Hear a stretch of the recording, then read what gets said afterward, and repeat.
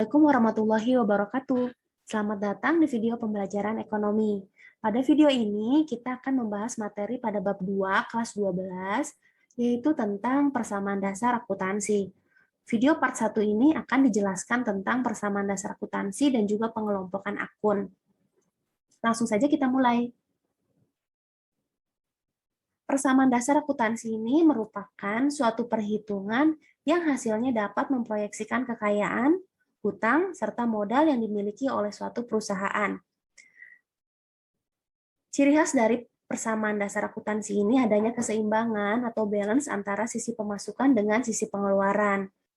Maksudnya adalah suatu pencatatan transaksi keuangan yang menunjukkan jumlah aset suatu perusahaan yang sama dengan penjumlahan liabilitas dan ekuitas pemilik. Sehingga dapat disimpulkan bahwa persamaan akuntansi ini menggunakan pengaruh transaksi keuangan terhadap posisi keuangan perusahaan yang meliputi harta atau aset dengan sumber dananya. Jadi harus jelas antara aset yang dimiliki dengan sumber dananya dari mana. Untuk lebih memahami tentang persamaan dasar akuntansi, mari kita lihat ilustrasinya. Misalnya ada sebuah perusahaan yang bergerak di bidang laundry. Nah, perusahaan ini memiliki aset apa saja ya? Dan kira-kira dari manakah sumbernya? Katakanlah perusahaan laundry ini memiliki modal atau kekayaan atau sesuatu yang memiliki nilai tukar, yaitu uang kas senilai 50 juta rupiah. Uang kas ini sumbernya dari mana? Karena perusahaan laundry ini merupakan perusahaan yang baru didirikan, sehingga sumber kasnya diperoleh dari pemilik laundry atau pemilik perusahaan, yaitu senilai 50 juta. Kemudian, perusahaan juga memiliki mesin laundry senilai 20 juta. Diperoleh dari mana? Ini diperoleh dari pemilik laundry sebesar 10 juta, kemudian dari pinjaman bank 10 juta rupiah. Jadi, perusahaan laundry ini membayar setengahnya dari harga mesin laundry, yaitu 10 juta rupiah, dengan uangnya sendiri, kemudian yang setengahnya lagi dibayarkan dari pinjaman bank, yaitu 10 juta rupiah. Dan juga perusahaan memiliki alat transportasi untuk mobilitas laundry-nya senilai 15 juta. Yaitu katakanlah di sini 1 unit motor. Dan dari manakah sumber nilai unit motor ini? Yaitu dari utang ke dealer senilai 15 juta. Jadi, dalam persamaan dasar akuntansi ini, apa yang dimiliki oleh perusahaan tersebut nilainya harus sama dengan nilai dari sumber dananya. Jadi, tidak boleh ada perbedaan antara nilai aset dengan nilai sumber dananya. Keduanya harus sama.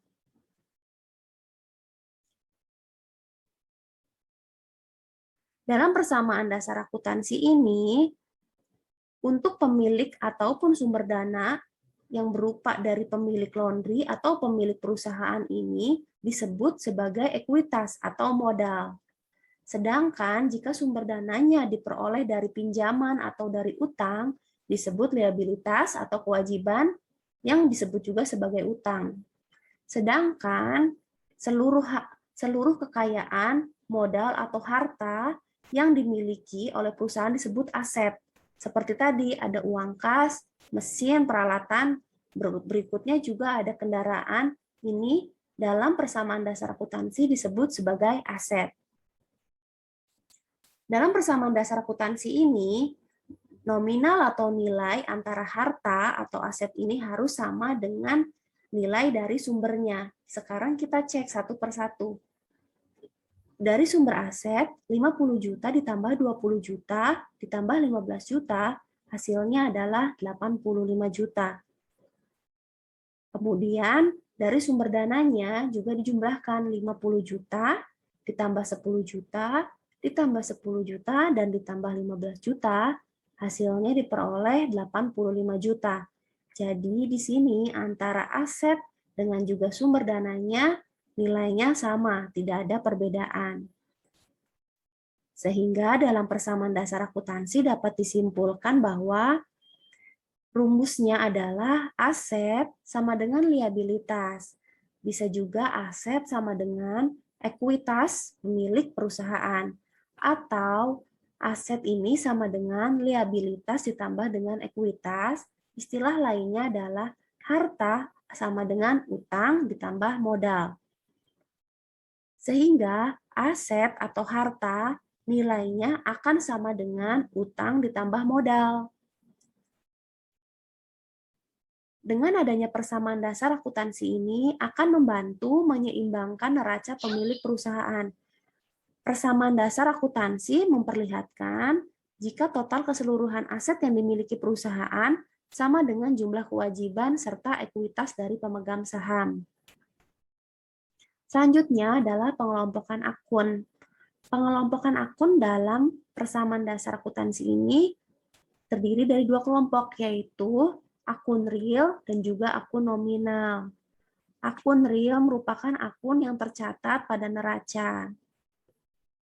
Jadi saldo akun akan terbawa dari satu periode ke periode berikutnya. Sedangkan akun nominal ini merupakan laporan yang tercatat dalam laporan laba rugi.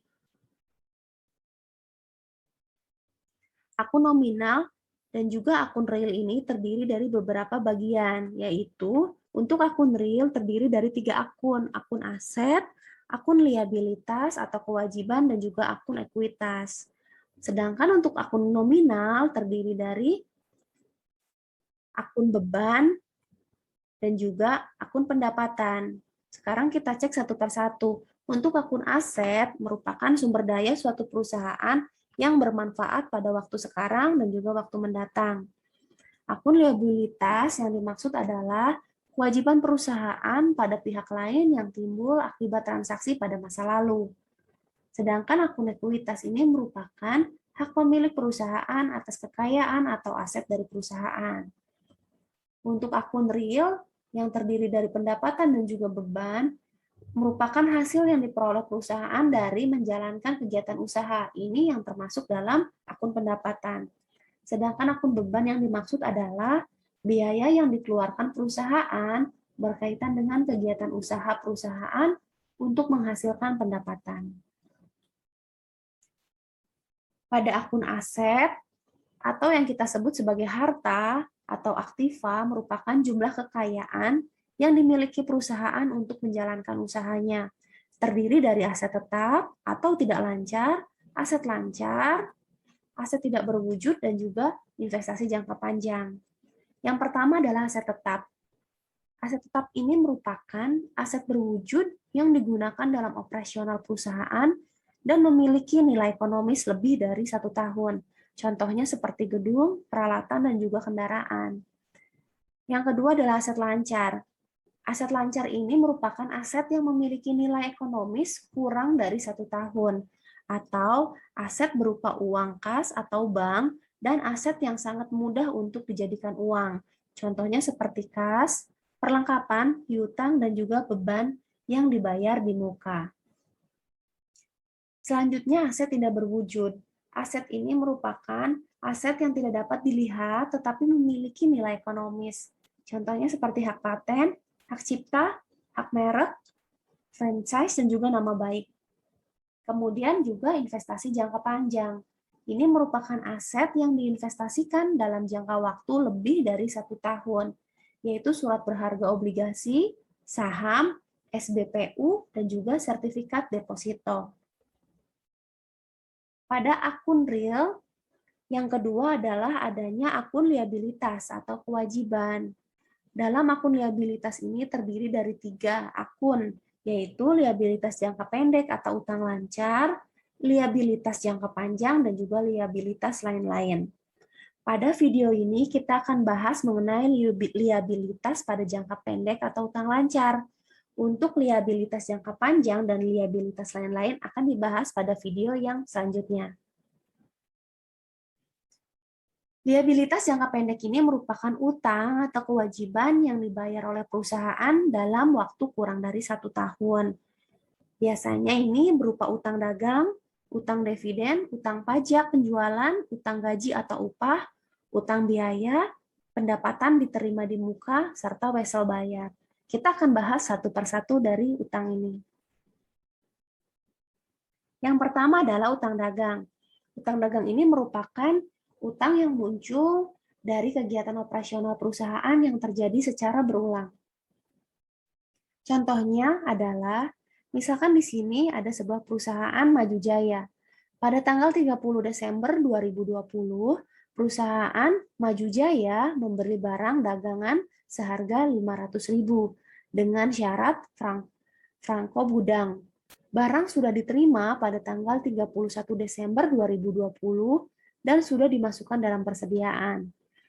Nah, pembelian ini harus sudah dicatat sebagai utang oleh perusahaan Maju Jaya pada tanggal 31 Desember 2020, walaupun sebetulnya faktor penagihan dari pemasok memang belum datang. Jadi untuk jurnal saat terjadi utang dagang dituliskan persediaan barang dagangan 500.000 disimpan di debit, kemudian utang dagangan di kredit 500.000. Nah, untuk saat jurnal saat pelunasan di sini utang dagang 500.000 di debit, kemudian kas 500.000 di kredit. Utang pajak penjualan, utang pajak atas penjualan ini merupakan pajak yang dipungut dari pembeli ketika penjualan terjadi. Jadi pajak penjualan ini dibebankan kepada pembeli sebesar persentase penjualan yang terjadi. Contohnya, perusahaan Maju Jaya menjual barang dagangan seharga 1 juta rupiah dengan PPN sebesar 10%. Kita akan menghitung besarnya PPN terlebih dahulu, yaitu 1 juta rupiah dikali pajak 10%. Hasilnya adalah 100.000.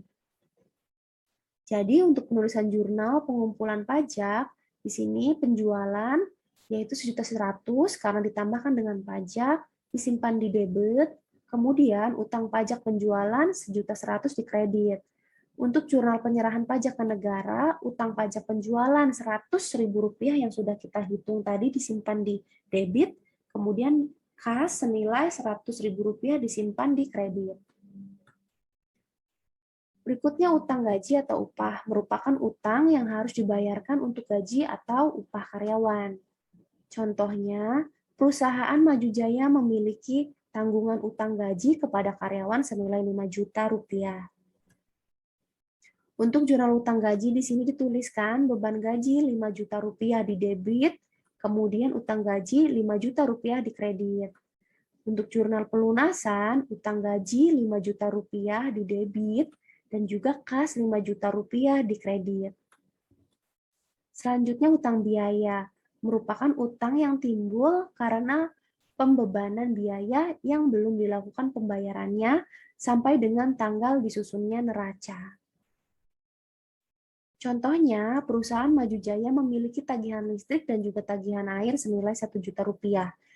Untuk jurnal utang biayanya ditulis beban listrik dan air senilai 1 juta rupiah di debit, kemudian utang listrik dan air 1 juta rupiah di kredit. Untuk jurnal pelunasan, utang listrik dan juga air 1 juta rupiah di debit, dan juga kasnya 1 juta rupiah di kredit.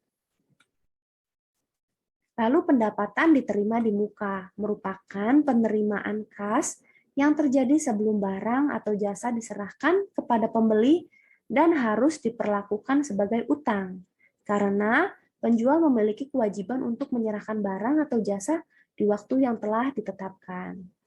Contohnya, perusahaan Maju Jaya menerima pendapatan sewa gedung untuk 1 tahun, yaitu 1 Mei 2021 sampai 1 Mei 2022, senilai 30 juta rupiah.